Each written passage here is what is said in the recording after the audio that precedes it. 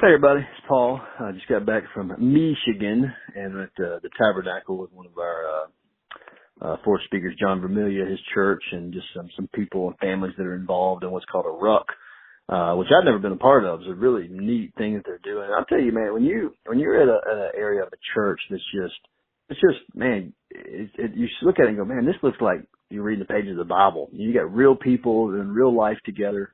And just worshiping a real God, you know, and so, but this was a tougher one, not in the sense for me, but it's just, the weekend is just a couple I've gotten to know, him and his brother over the last couple of years. And, you know, this couple had lost their son about 6 years ago. His son took his own life, but, man, just, golly, like they really just said, Paul, we want you to come and we just want everyone to know, like after the greatest tragedy, horrible, hard 6 years of how God can turn a tragedy into something that's triumphant, we want you just to share briefly, 10, 15 minutes of why we have hope.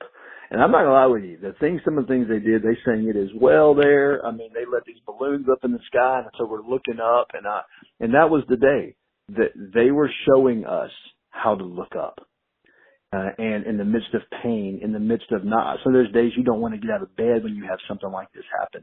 There's days that you don't want to go to work. There's days you question. There's days that you're angry. And sometimes hope is not just, Lord, I trust you. Sometimes it's through gritted teeth and tear-stained eyes, right?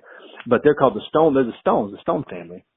And I think the main thing I took away was watching them together with tears, worshiping Jesus and looking up. I made the point going, the reason this family has hope and we have hope, you can have hope, is because the stone was rolled away. That's stone strong. And so I would say this week was stone strong, as the Stone family showed us all that the reason that they have hope is because the stone was rolled away and Jesus Christ is alive and gives every one of us living hope. That's what the weekend was. And let me tell you, it was an awesome weekend. And, one that now my wife got to travel with me. So that was a joy. She did a podcast with me and I told him, I said, look, you ain't going to need me on the podcast because old Natalie can bring that biblical truth from a mama's perspective and a woman's perspective in an amazing way. Well, let me tell you something. The Spirit of God moved through my wife so powerfully on that time. Hope you get a chance to listen to that podcast. But, man, we had a blast. Thank you for praying. Thanks for praying to the one who is our living hope. I so enjoy doing ministry with y'all. Love y'all.